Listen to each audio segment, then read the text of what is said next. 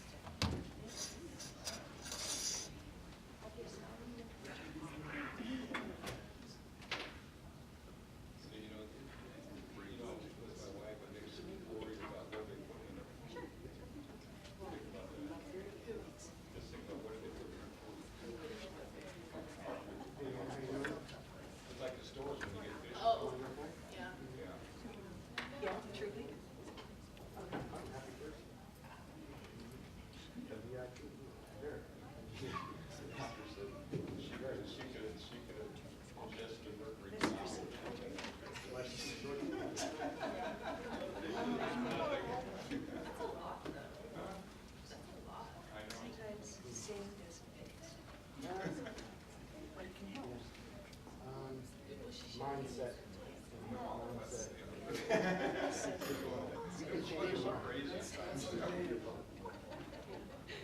Irritable, she was irritable, yeah.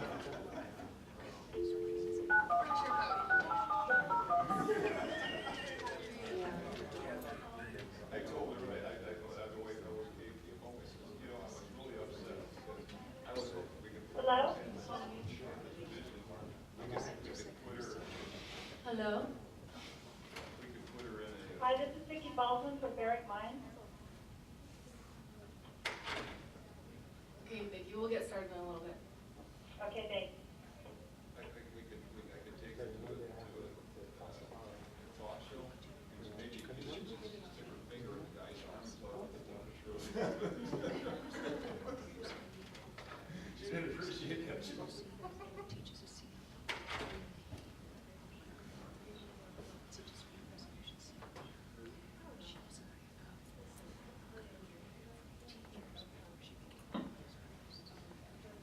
Might be my past.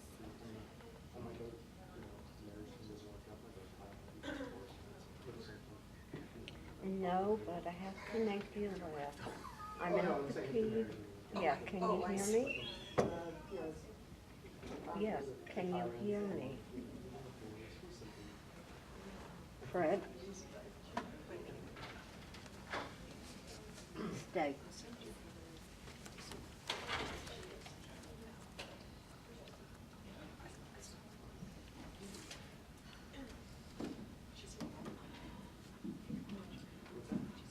Are you ready? I am, Chairman. All right, then let's go ahead and get started. This continued pre-hearing conference will come to order. The record will reflect that this is the time and place set before the Public Utilities Commission of Nevada for a continued pre-hearing conference that matters of the joint application of the Nevada Power Company doing business as Nevada Energy and Sierra Pacific Power Company doing business as Nevada Energy for approval to consolidate the utilities into a single jurisdictional utility, to transfer and modify certificates of public convenience and necessity to reflect the consolidated utilities' new legal name, Nevada Energy Operating Company, and to consolidate generation assets in the joint application of Nevada Power Company doing business as Nevada Energy Okay, we'll and get Sierra Pacific started. Power Company doing business as Nevada Energy for authority to restate $1.846 billion of existing long-term debt authority and issue new refinancing authority at $705 million, or in the alternative to restate $1.148 billion of existing long-term debt authority and issue new refinancing authority of $255 million.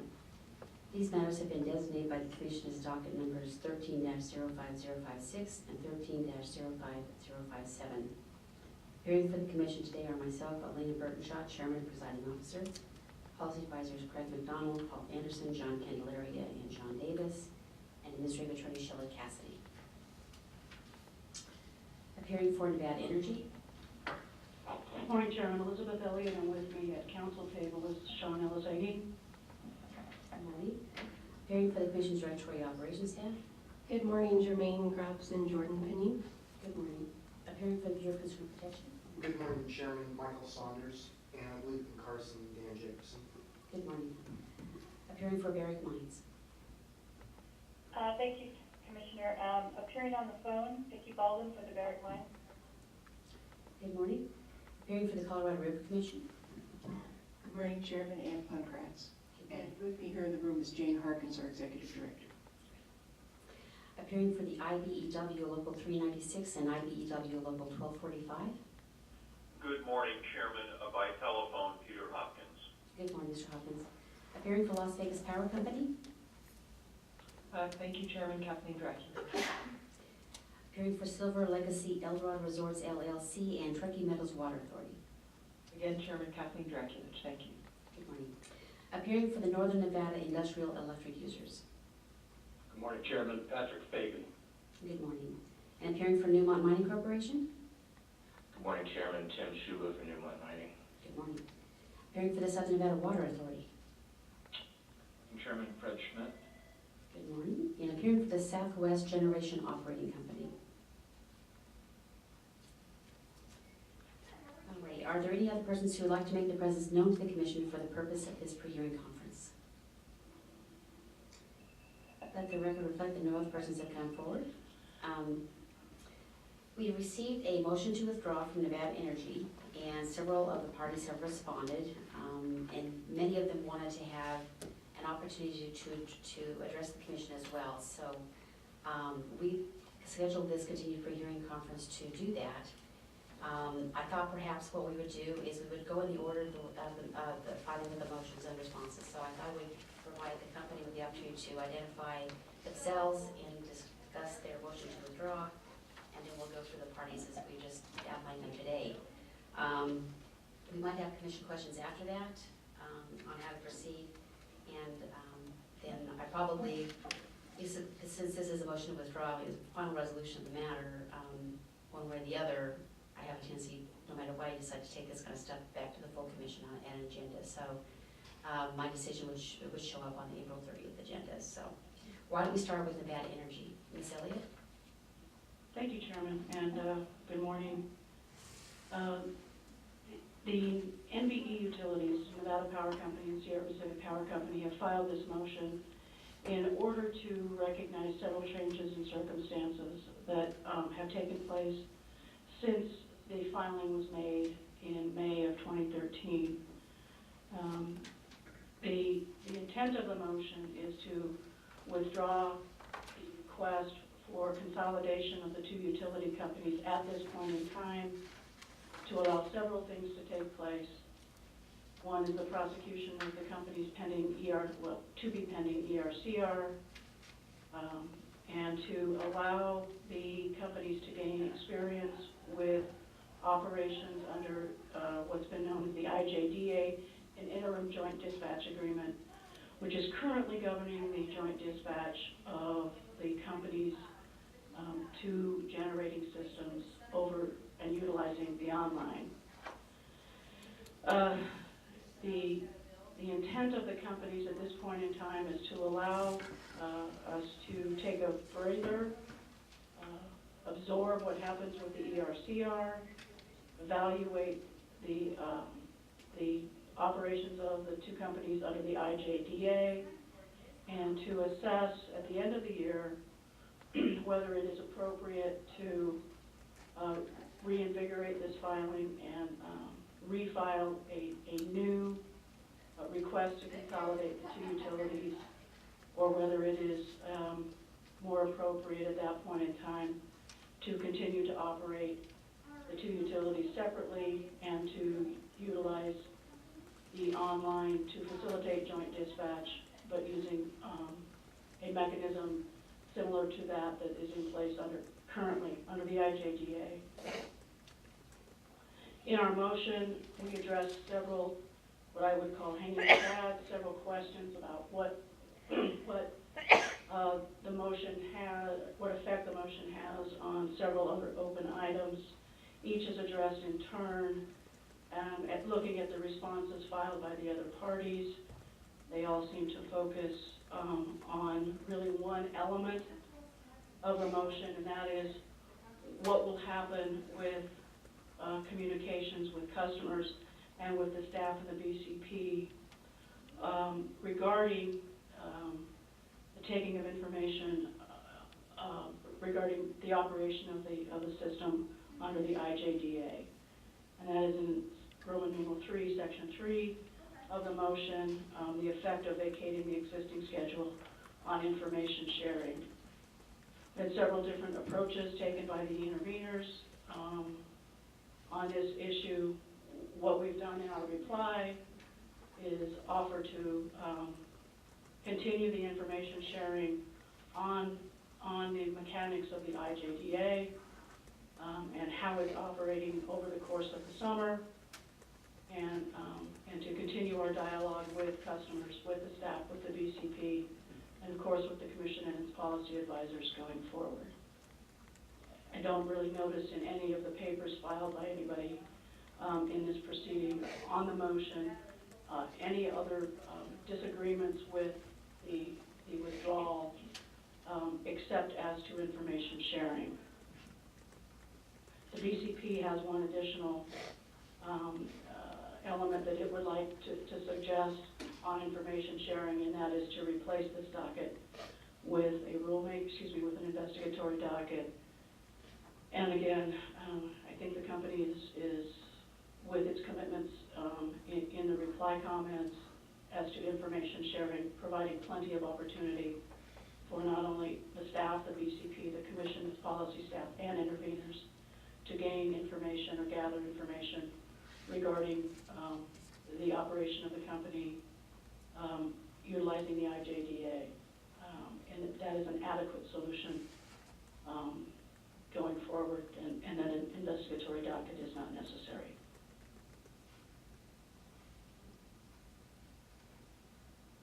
And that's what I have. Okay, thanks for that, Lisa. Let's go to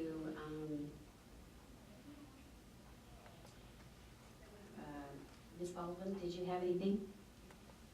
Well, we didn't file a brief because, like staff, based on our understanding of the rules, the companies really didn't have to request permission. They could just withdraw their application. But because they are asking for the Commission to authorize the withdrawal, it appears to us that it is an invitation for the Commission to place sometimes conditions or caveats. And we think that conditioning the withdrawal on some sort of information sharing that includes interveners would be a fair result. And we also think that the methods that were suggested by the company in its reply seem to be reasonable, or we would be supportive of something that may be devised by staff or the Commission. But as interveners, this docket, we would just want to be sure that we are included in the information sharing session. Thank you, Chairman. Ms. Baldwin. Mr. Hopkins? Thank you, Chairman. Similarly, we did not file formal comments.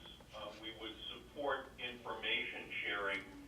I would note that I'm a little bit unclear procedurally how things would go forward if the company withdraws its application. Would there still be a formal docket that is extant for the Commission to be, issuing orders in, and for this, sort of the umbrella for this information sharing? But I guess I'd leave that to others. And I want to say that I think the company has moved in the correct direction by withdrawing the application. Thank you, Mr. Hopkins. Ms. Rakulich?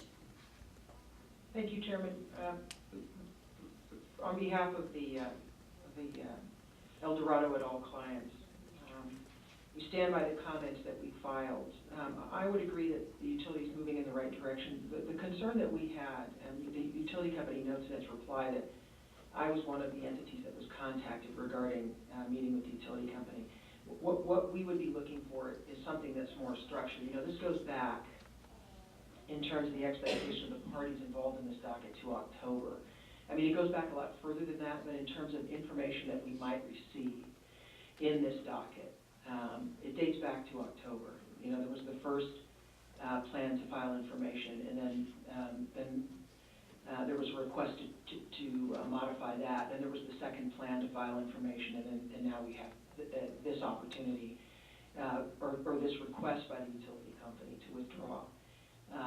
That information regarding the interim joint dispatch agreement, I think, is important to all of the parties in this docket, and as we set forth in the papers that we filed, you know, the fact that the commission found that the parties to this docket, including my clients, have a direct and substantial interest, I believe is unchanged by the fact that the utility now seeks to withdraw this. So to the extent that, you know, information was an expectation and an intent to provide information in this docket was given by the utility company, and if that information is going to be developed on a going forward basis, we deem that we are entitled to that. And for that reason, stand by the comments that we filed regarding being able to meet with the utility company, having our interests, to the extent it doesn't involve confidential information that we wouldn't be entitled to, having our interest be held in the same importance as staff and a consumer advocate. And with that, thank you, Chairman. Thank you, Mr. Eckert. Northern Nevada Industrial Electric Users. Yes, thank you, Madam Chair. We too don't generally object to the withdrawal of the application.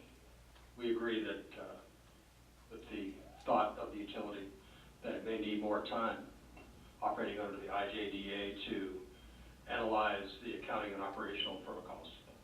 In our view, that's good judgment on their behalf. That said, though, we're concerned about the effect of withdrawing this application in as much as it would likely result in no docket, no pending docket before the commission. And our concern stems from, then, the result would be our inability to utilize commission procedural rules to request information on a level playing field, quite frankly, along with the staff, PCP, and all parties to this proceeding. The motion, perhaps it was unintended, appears to advocate for a hierarchy, if you will, of interests in this case. The company states very clearly, I think, on page 8 of its motion, that the way to do this is to have the utility meet and converse with and share information with, first, the commission and its policy advisors, then 3 meetings with the staff and the BCP, and then 2 meetings with, quote, stakeholders.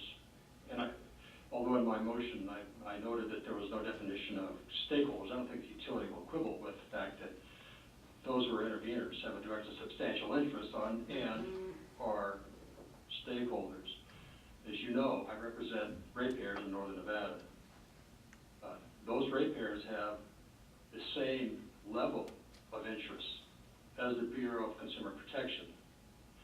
We should be treated as industrial, commercial customers of the utility no differently than the BCP or the staff for that matter. So we object to any notion that there should be this hierarchy, if you will, of meetings and sharing of information. You know, when you share this information, particularly information this important to the future of ratepayers in Northern Nevada, ideas will be expressed, opinions will be expressed, informally or formally. And ideas will begin to coalesce. People will begin to take positions. To the extent that the NNIDU is not present at those meetings or the sharing of that information, we are disadvantaged. The Commission made it pretty clear in Procedural Order Number 2 this past summer that the ratepayers should not be disadvantaged by this merger. And I would submit to you that if we're not treated completely equally with the other parties, that we are, in fact, disadvantaged. That said, I have to thank the utility for its agreeing to discuss these matters with me. I've had several conversations with the utility, and I thank them for that. We think that shows good faith. We think that shows that they too want to make this process work. But I think the conundrum is, how do we protect our rights to obtain the basis with all parties. It's important to us that it be done on a concurrent basis. So with that said, in conclusion, we have no objection to the withdrawal of the application. On the other hand, we believe the commission should, in its order, because as noted by, I think, Ms. Baldwin, the commission, the utility has asked, they come to the commission, they're seeking relief from the commission. I think the commission is poised to condition its order on protecting the interests, as I've outlined them, of the NNIU, and we would request that such an order be entered. Or, if that's not something the commission wants to entertain, then the idea, as expressed by the VCP, of another docket, such as an investigatory docket, is something we would support. We're just very concerned about of having to play catch-up in, one, getting the information, and secondly, meeting with the utility to express our views regarding the merger. Thank you. Thank you, Mr. Bacon. Colorado River Commission? Thank you, Chairman. The Colorado River Commission is involved in this proceeding because of its duty under NRS 538-161 to ensure that the power that we contract for with our customers is utilized for the greatest possible benefit to the state. And our particular concerns here are to make sure that the dissolution of this docket will not result in use of either Hoover Power or assignment to our DOS customers of unreasonable costs as a result of the proceeding being terminated. We are concerned because, on the one hand, we very much do appreciate, as in a similar way to Mr. Fagan, that we have had the opportunity for several conversations with personnel from the utility, and that we do appreciate their initial efforts to provide us with relevant information. However, at this point in time, we still don't have access to the data that we're going to need in order to determine whether their proposed use of Hoover hydropower or the rates that they propose to implement for the, as they implement the IJDA, will be consistent with the CRC's need to serve its customers. While we understand that the company has the opportunity to withdraw this proceeding, here's our concern. The staff and BCP have certain statutory rights to information. As parties to an active proceeding, entities like Colorado River Commission and the other interveners in this case have rights to certain information. However, if there is no proceeding, then it's less clear that parties other than staff and BCP do have rights to information. And so we believe it's very important that those rights be established in an order of the commission approving the withdrawal of the proceeding. And we request that those terms include the dates on which the meetings would occur, at which the company would provide information that they're offering to provide, and some specificity as to the types of information to be provided at each of those sessions. Again, we do appreciate the fact that the company has been willing to both speak with us by phone, meet with us to have an initial presentation in a workshop format of certain information, but at this point, we still don't have the type of detailed information that we would need in order to be able to provide a really reasonable analysis. Thank you. Thank you, Ms. Congrats. Newmont Mining? Thank you, Chairman.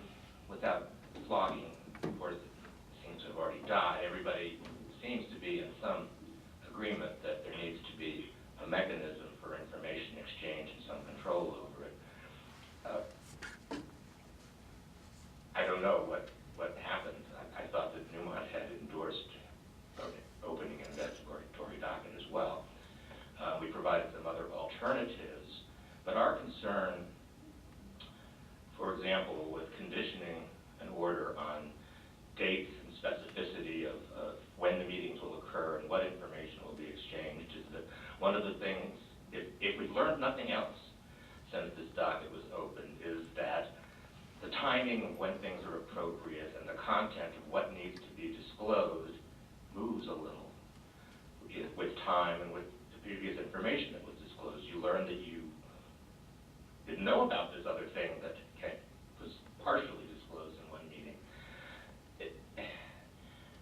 everybody can be acting in good faith, but disagreements and disputes can still arise, and our concern is that the commission just says, go honor your commitments, and they will, they've been behaving really well, the utility.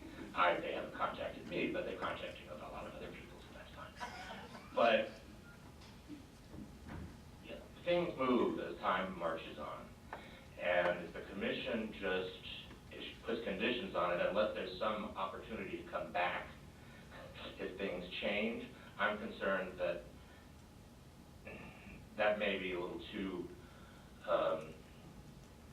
stuck in time, a little too inflexible.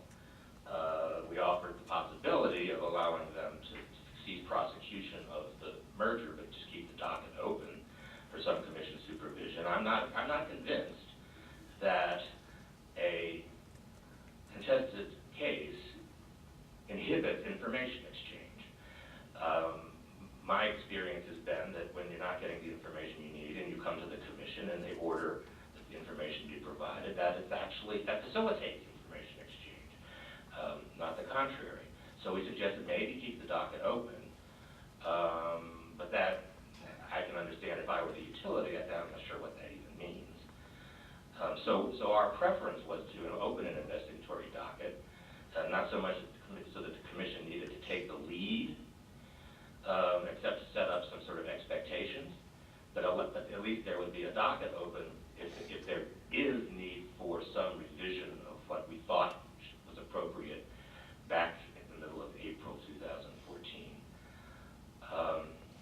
So we would urge the commission to consider all these possibilities, and I'm not going to fall on a sword about an investigatory docket. That just seemed to me to be perhaps the easiest way to go. But we do urge the commission to take some steps to assure that there is full and transparent exchange of information, and all the appropriate parties, not just the important stakeholders, whoever they may be, are included. And now something completely different. There is one thing that Newmont would ask if this docket is to be closed, and that is just some confirmation, whether by the utility or the commission, on the record that the closing of this docket does not impair the effectiveness of the commission's December 3rd order requiring some reduction of compensation on the Falcon-Robinson Summit line for some temporary period of time, cooperation in sinking Newmont's blocking filters to the higher 70% compensation. I don't know what the basis would be for saying that order is no longer effective, that the docket is closed, but I don't want to have that argument later. So I just like to have some confirmation of that. Thank you. Thank you, Mr. Shuda. Southern Nevada Water Authority. Thank you, Chairman. Who would have thought that just withdrawing a docket that a lot of people didn't seem to like would be so complicated. But, I want to take the commission, as I did in my exhibit, to my comments back to 2010, because unlike Ms. Dracula's representation, this hasn't been an issue for just since October, or how we're going to work it out. This is an issue that arose out of the allocation of costs for the online, as well as a determination of, because that allocation was made on a non-typical basis, meaning it wasn't done on a load ratio sharing basis, it was done on a specific basis that allocated virtually all the costs to Southern Nevada customers, that there should also be an accounting protocol for determining what the benefits were. They were hard to estimate, no one knew what they were, there was a range, but the fact that there were perceived to be benefits was one of the reasons why the commission opened immediately after the closing of the docket that determined that online should be authorized in a resource plan to go forward. The commission opened docket 10-07025. When they opened that docket, the idea was to resolve all that. And if you go back and look at the commission's decision in the integrated resource plan docket approving online, as well as the orders of the commission and proceedings that Commissioner Noble held in the investigatory docket we had then to do the very same thing, goal at that time was to set the accounting protocol in place so that Southern Nevada customers would be able to get the benefit quantified in the same manner that they would be attributed to costs. I think it's hard for anyone to argue that that isn't a fair thing to do. Well, here we are 4 years later. The commission, after several delays in 07-025, was assured by the company that they would take care of that in a merger case that was to be filed.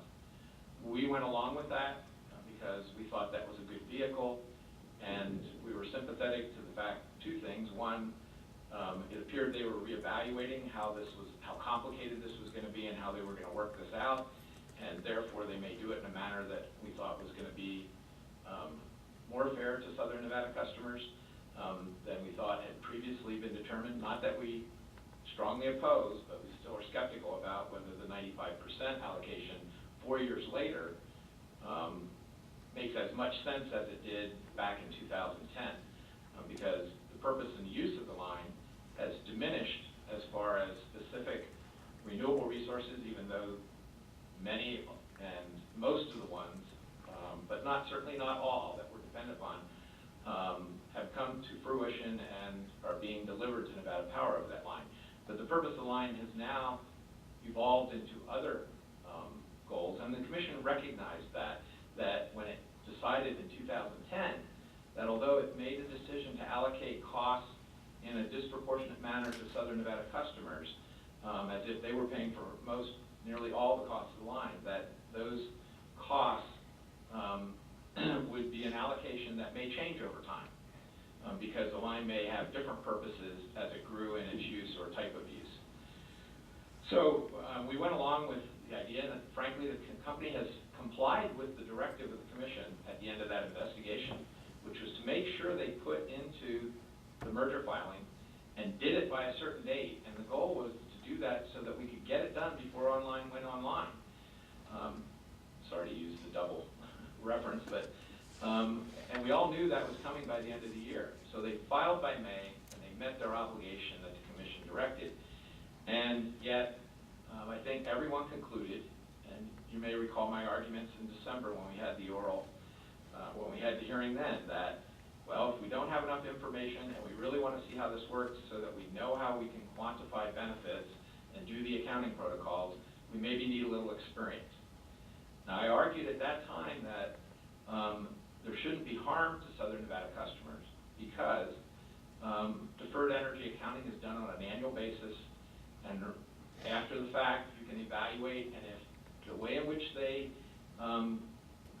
attributed costs and benefits, it may flow through in deferred energy so that it's completely fair, but it also may flow through in a manner that's unfair, and it may even be unfair to Northern Nevada customers if there aren't any actual benefits and there's actual harm, as some people have speculated. We're still confident or hopeful that there are benefits, and that's the reason the commission was convinced to authorize the building of the line. But we have not seen all that data yet. We've had one meeting at your direction on a schedule that occurred, with essentially no data yet provided, but only 1 month of operation on the line. Your staff and others probably have had access to some more information, but we haven't gotten through a summer season yet with it. But here's our dilemma now. We're now at a point where the company is required to file a general rate case to recover the costs of online that were prudently incurred that it can justify. And that will be a Nevada Power rate case, and as you know from a letter filed with you, that will be filed in just about 2 weeks. And so by the end of the year, the rate-based additions and the Southern Nevada customers are going to have to start paying either 95% of that cost, or if an issue comes up, maybe someone can make another argument, but given the data we've got right now, I don't think anything other than probably the 95% is a likely outcome in that case. So where are we on quantifying and allocating similarly, in fairness to the Southern Nevada customers, to ensure they get 95% of benefits, assuming there's benefits, even if it's just 10 million or 30 million or up to 50 million, which was speculated in the 2010 case, on an annual basis. Well, we're now at a point where the company is not going to refile this case until either end of this year or early 2015. And that's dependent too upon the ability to extend the interim decision they got at FERC for approval of a 1-year interim joint dispatch. So they're doing what they need to do, which we appreciate in terms of getting the ability to run the system jointly to achieve benefits if benefits are to be achieved. But the deferred case is now, the deferred accounting is now occurring. And so the argument I made in December that come March of next year, you could correct that if you've now got accounting protocol in place is in jeopardy because there is no accounting protocol. And the commission, if the company's developed one, it hasn't been approved yet, and we're not going to get approval of it till at the earliest sometime in 2015. Even though we're going to start, Southern Nevada customers are going to start paying for a significant portion of the online costs through rate base beginning at least by January 1st of 2015. So that's why we're concerned. That's why we attached the order. Now, having said that, we are not opposing the company's withdrawal of this application. We want to thank the company for communicating with us, and unlike Mr. Shuba, who I guess believed that the company needs to reach out to him, we reached out to the company, and we appreciate that they would communicate with us, and they made several commitments to us that I want to mention on the record here. One of the most important of which is they made a commitment to include us in meetings and include us in sharing of information, and a specific commitment to a number of meetings over the next year. We think, much like Ms. Pomgrant's referenced, that should go a long way to alleviating concerns we have about access to information. Although we have some of the same concerns that without an active docket, as other northern representatives here have said, how do you know for sure you'll get it? I tend to trust the company maybe more than I should, especially when they indicated in writing to me that they would make sure they would include us in such meetings. So I appreciate that they're willing to do that, and for that reason, we're not here to oppose their withdrawing the docket, because we still think it's very important to get it right. And obviously, we haven't had any significant progress on that to date, despite the passage of 4 years of time from the Commission's directive at my client, and at that time as Draculich's client, but at the two of our clients urging at that time that this had to be done or needed to be done, particularly before online became operational. We're resigned that that can't occur at this point, but we are totally open if the Commission has similar concerns, to either setting new deadlines for when something must occur, so that if you close this docket, which I believe they need your authority to do, because a lot of things substantively have happened in this docket. I don't think it's one where they could have just pulled it without your approval.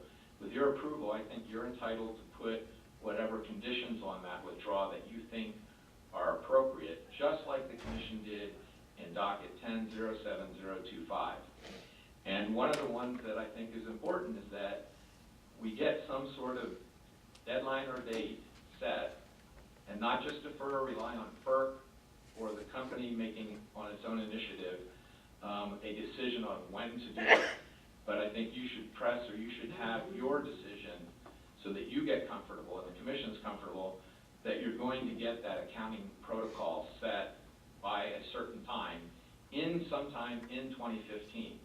So it's not too late to evaluate what has occurred since the beginning of online in a way that's fair to ratepayers both in Southern Nevada as well as Northern Nevada. So that's my urging, and as I said, we specifically do not oppose withdrawal though, and we do significantly appreciate the company's difficulty here, because frankly there were a lot of parts of the merger case we liked, even though others didn't. We understand it's been difficult for the company to try and convince others that. We still think that it is logical and sensible that this line was built. We understand it has to be paid for. We are hoping the reason it was done was beneficial to all Nevadans, and yet in order to do appropriate utility regulation, we've got to have a mechanism for ensuring large customers such as my client and others here at the table that's done, not that it just kind of happens in absentia with nothing in place in form of an accounting protocol you, and I appreciate the opportunity to go in that much detail. Thank you, Mr. Schmidt. Ms. Gribbs? Thank you. Good morning. Staff's response to the motion was pretty short and simple.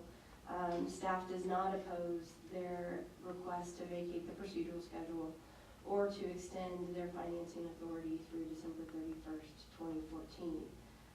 However, staff does not believe that approval to withdraw the merger application is necessary, not contemplated by statute or regulation, and therefore we would suggest that the commission construe the request for approval to withdraw to actually be a notice of intent to withdraw the joint application. With that said, if the commission would like to set some sort of structure or schedule for meetings, we would be happy to participate and do our best even to help coordinate or facilitate those meetings, as we often do. From an investigatory docket perspective, it's going to be a very busy summer and fall, so to open an investigatory docket that might be very cumbersome and not necessary from staff's perspective, but if the commission so chose, we would of course participate as much as possible. I would note that staff has met briefly with the company in late March just to try to get an understanding of the first 2 months of the year under the IJDA second model. So we have continued to try to gather information, recognizing that we actually won't see that information, the hard numbers necessarily, until the deferred filing next year. But staff is proactive in trying to gather information, and again would be willing and amenable to trying to coordinate any meetings going forward as much as possible. Thank you. Ms. Gribbs? Mr. Saunders? Thank you, Chairman. I do believe that the horse is pretty much dead, so I won't belabor the points too much. The BCP stands by its filed comments, and we're not opposed to the commission granting the motion and the relief requested therein. The crux of the matter really does come down to how does the commission proceed with respect to the information sharing? Informal approach as envisioned by the companies, or a formal approach as is or has been suggested by the BCP and some of the interveners. We believe that the parties would be better served by a more formal approach through an investigatory docket, for instance. We don't believe that the opening investigatory docket would need to be overly burdensome on the commission.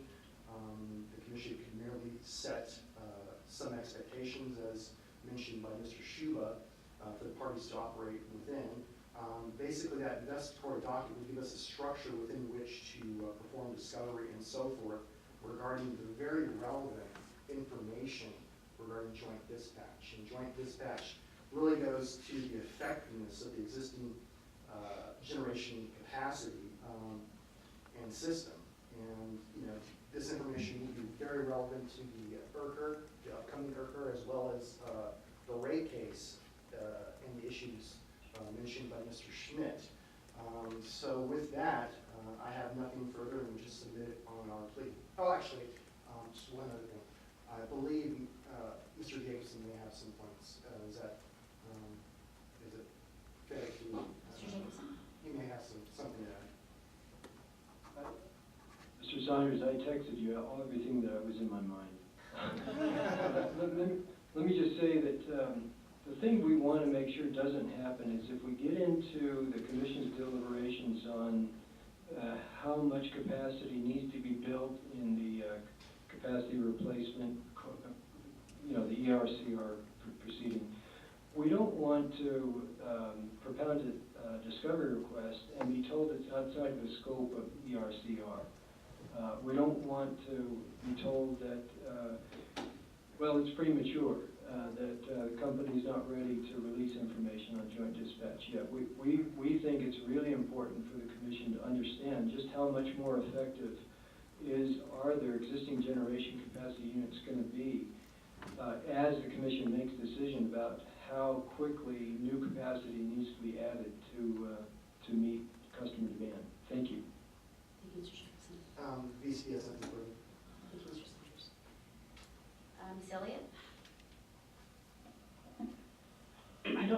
allowed to speak since I seem to be dead.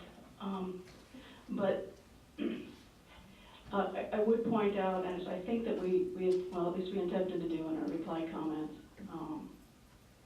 we have 3 distinct constituencies in the room right now. And it was not our intent in either filing the motion or the reply to establish a hierarchy between those 3 interests. But they are distinct. And each has its own rules, its own preferences, and its own desires. That first group of constituents is the commission and its policy staff. And whether and to what extent they have access to information regarding not what's exactly on point in this consolidation docket, but really a new operational criteria, a new operational paradigm that's taking place at the utility, and that is operation of the systems of the 2 utilities utilizing joint dispatch that's facilitated by online. It's really not the point of the joint merger case at this point in time. It's really an understanding by the commission and the policy staff about how we are operating currently under the IJDA. And how do we provide the commission and its policy staff with an opportunity to explore and understand those issues, given the pendency of this docket. We have a second group of constituents, the staff and the BCP, who have statutory rights to discovery, who have statutory rights to enter the premises of the company during normal business hours and demand access to our books and records, and who have preferences as to who participates in their investigations with them. And then we have a third constituency of interveners. And even among those interveners, as you've seen at the table here today, there is a division of interests and what those folks want to get information-wise on a going forward basis. I would say that Ms. Palmgren's interest to see how the CRC's contract is allocated under the IJDA is perhaps distinct from other interests in the case, Newmont's or Ms. Draculich's clients. Mr. Schmidt, as a transmission customer, may have a different view, or as representing a transmission customer, may have a different view about what he's looking at when he's analyzing operations under the IJDA.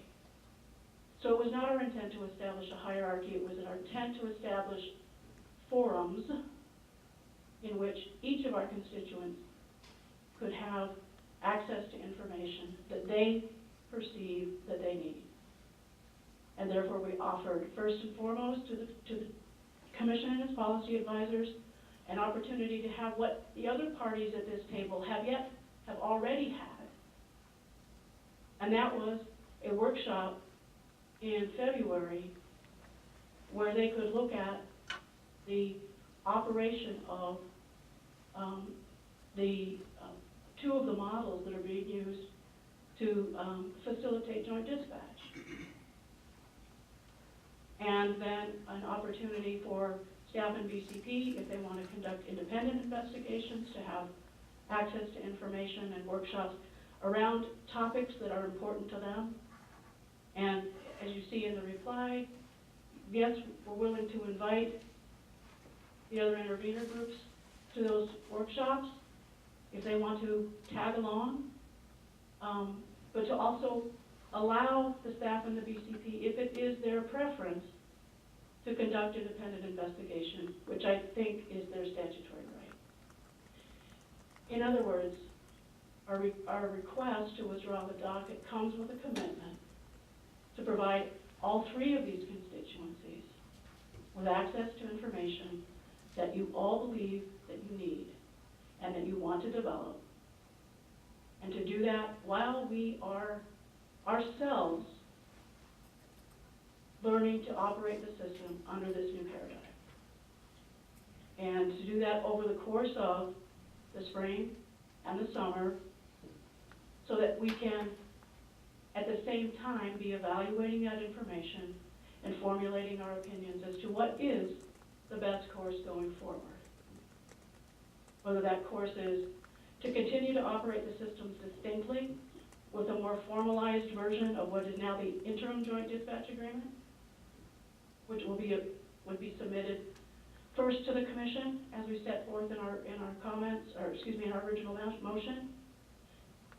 First submitted to the Nevada Commission and then take it to the FERC for approval, or whether our original notion, which was to consolidate the utilities, is still the preferred option for those of us in the room.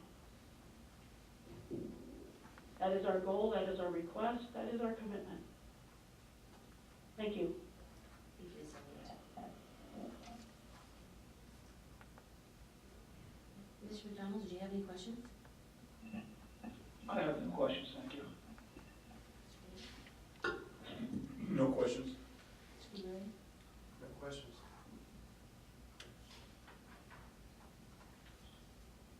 Mr. Schmidt raises a very good question that has plagued me for some time now. And it's the discussion over joint accounting protocols, and I'd like the company to address that. Certainly, Chairman. I think as you talk about accounting protocols, there are two things to keep in mind. First of all, two sets of costs that we need to consider as we're talking about operation of utilizing the online. Now, the first is that bucket of costs called transmission costs. And in the case of the online, those are represented by both capital costs and lease payments to Great Basin Transmission. The allocation of those costs was set forth first in 2010 as being a split between North and South on a 95-5 basis. That number to be reevaluated later. So when we talk about accounting protocols for transmission, the fallback position is and has always been 95-5, with the opportunity to evaluate the actual utilization of the line and revisit that allocation later if the utilization of the line is different from what was projected back in 2010. When we talk about the other kind of cost that is generated by utilization of the online, that's generation costs.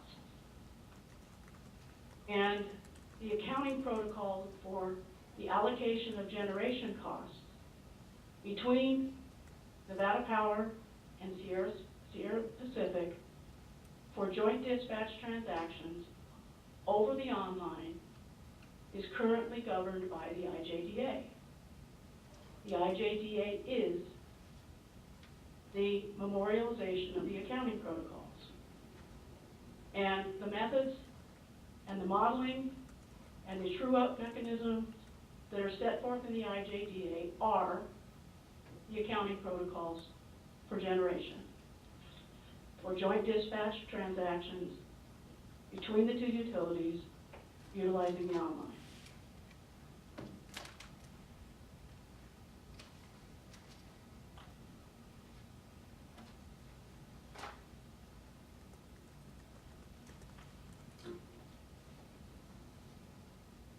Mr. Schmidt?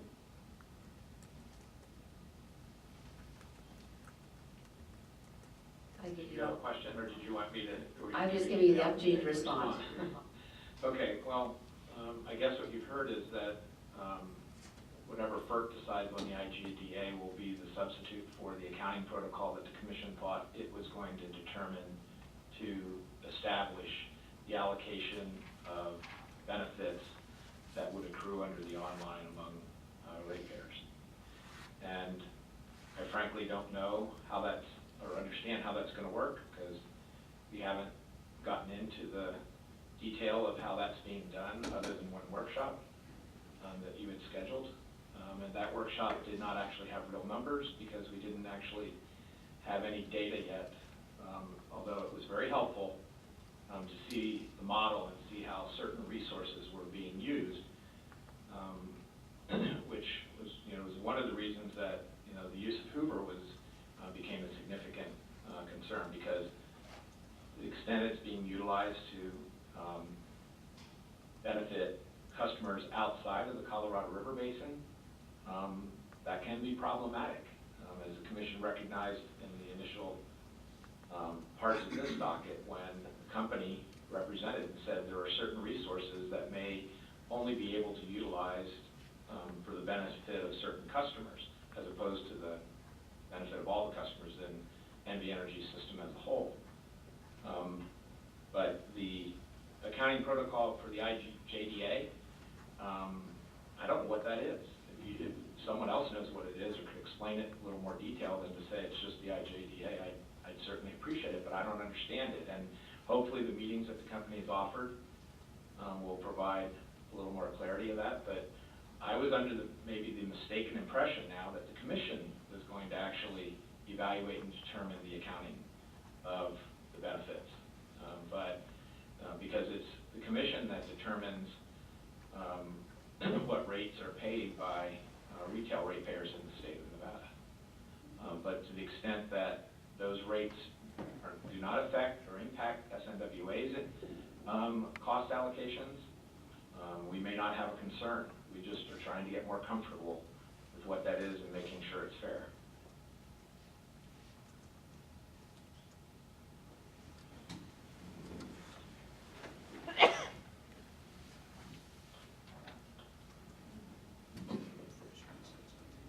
Chairman, if I could, just for reference, that we discussed this very issue in our motion beginning at page 4 under the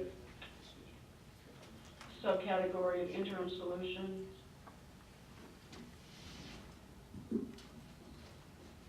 Say that again, Sylvia.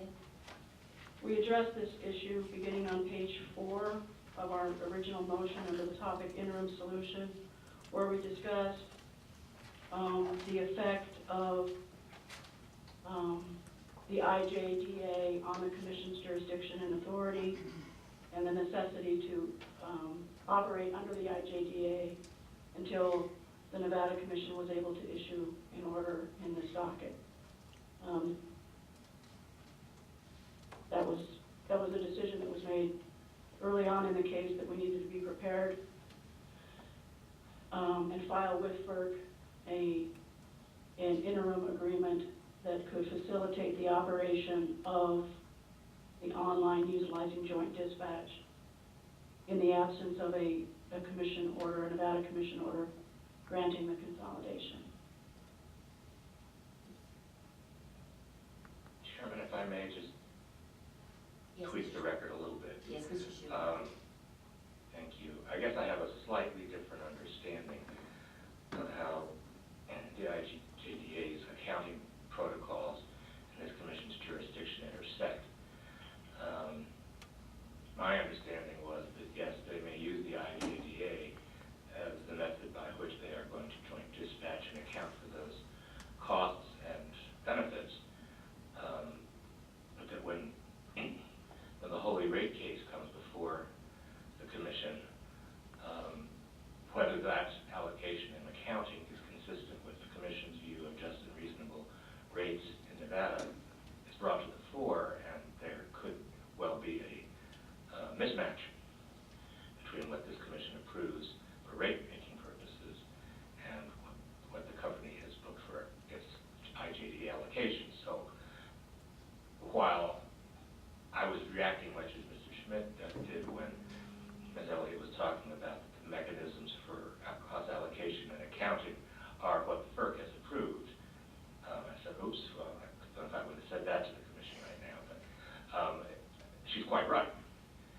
But I don't think that really affects your ultimate authority.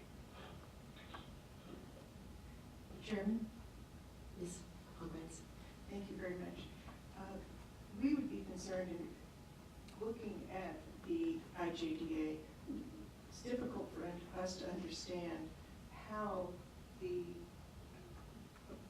information that's contained in here would actually constitute accounting protocols per se.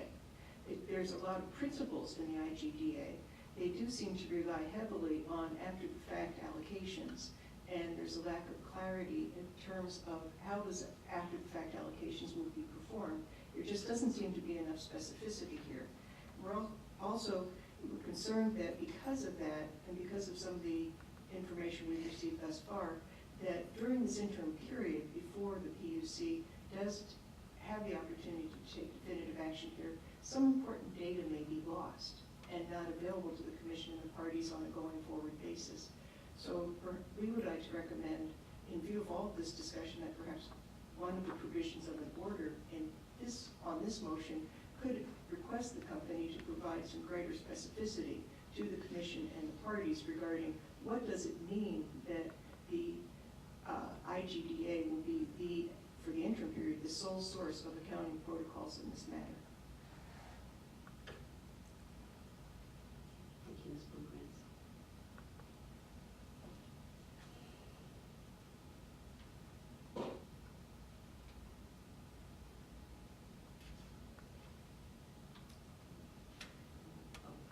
Mr. Schmidt, you had mentioned that we might need to have protocols in place to deal with the deferred case coming in 2015. And I'm wondering, when you were talking about the timeline, in my mind, if we have protocols in place prior to the deferred case, did you have in mind any sort of like a timeline associated with that? Because it sounds to me like we can't necessarily have regulations in place just before they file the deferred case. Well, when we talked about this in December of last year at a continued pre-hearing in this docket, my understanding was we set the whole schedule based on trying to have that all resolved before by the time the deferred case would be filed in early 2015, or by the end of the year. The company was pretty adamant about wanting to get this all resolved by the end of the year. I think they've now concluded that that's unrealistic. I guess the case for deferred energy for both utilities will be filed in March of 2015 for calendar year 2014. And I assume that the allocation of costs will be based on however they operated the jointly dispatched system under the IJDA for that period. So whether you reevaluate and make any adjustments to the way they allocated those costs, or are able to, I still presume it would be initially your opportunity to do that in that case, which would likely run time-wise from March until October. I guess the other thing, and maybe based on Ms. Elliott's last comment, is it may just be that there isn't an accounting protocol. It's just whatever the FERC rules of accounting are for the way they ran the system. And if someone wants to question whether they jointly dispatched effectively or not, and how they allocated those costs, that may already be determined under FERC accounting, but I still believe you have jurisdiction. I guess Mr. Shub and I are in sync with this. I believe you have authority to second guess that and determine if those costs were prudently incurred, or if, and I hate to keep singling out Hoover, but Hoover is the cheapest resource by far in the system, north or south. And to the extent you can utilize a resource like that to offset the highest cost energy at any time of the year, that's certainly beneficial overall to overall costs. But Southern Nevada customers are certainly entitled, by virtue, I believe, of the contract for that Hoover, to all of that benefit. Now, how are they going to quantify that and are doing that? I did not learn that in the first workshop. We explored it in a little bit of detail.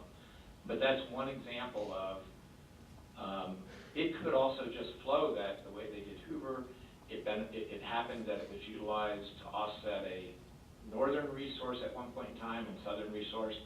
Now, if they blocked or put a block in their dispatchers' instructions, dispatchers may not utilize that resource other than to offset a Southern Nevada cost, then that would be a unique difference in terms of the normal way you would account or run a system where you're basically trying to merge and combine it and operate it at the least cost for all customers' benefits year-round.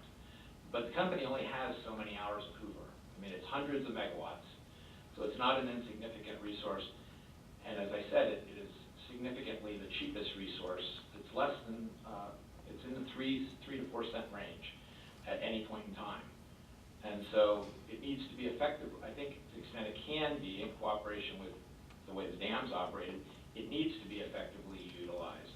And I have no doubt the company has done that for Southern Nevada to date. And I have no doubt they'll do that in the future, or try to, because I think dispatchers don't get into all these other issues that hopefully they just look at and are always trying to allocate stacking the next cheapest resource.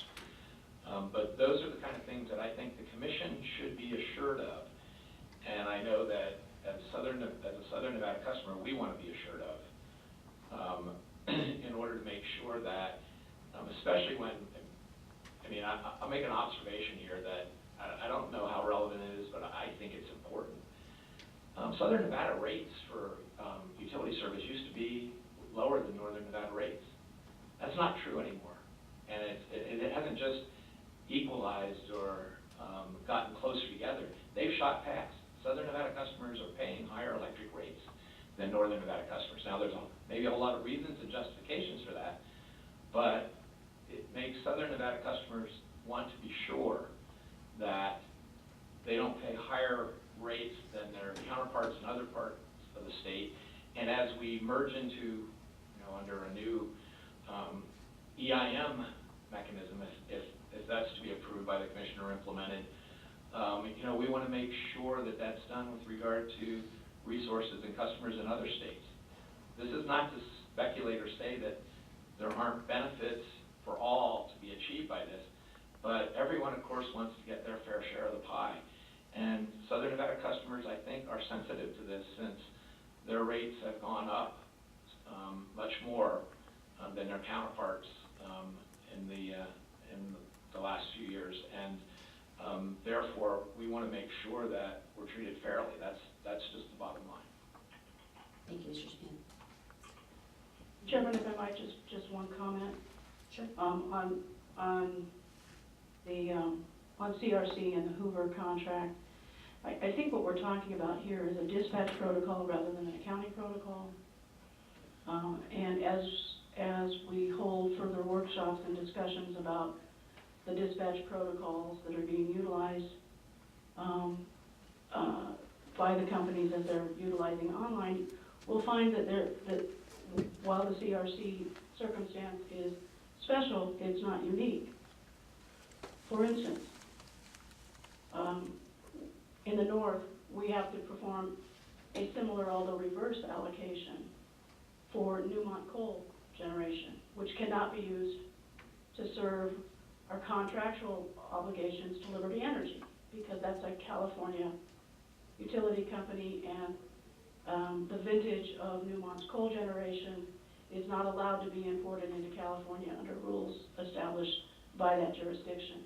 So yes, there are dispatch protocols that take into account the complications of managing two systems together that have special but not unique requirements among them. And a look into the dispatch protocols will show that how the company is attempting to comply with all of those unique contractual requirements. So I hope that if we get to the point where we are having further discussions and sharing of information, that dispatch protocol is something that everyone can take a look at and be reassured of, that those special obligations, special relationships, special allocations are each being accomplished. Thank you, Ms. Elliott. Anything? Mr. McDonald, anything? Nothing, Chairman. Okay. All right, we will have a decision on the April 30th agenda. I'd like to thank you for your time and thoughts today. I think they've been very helpful. And we're adjourned.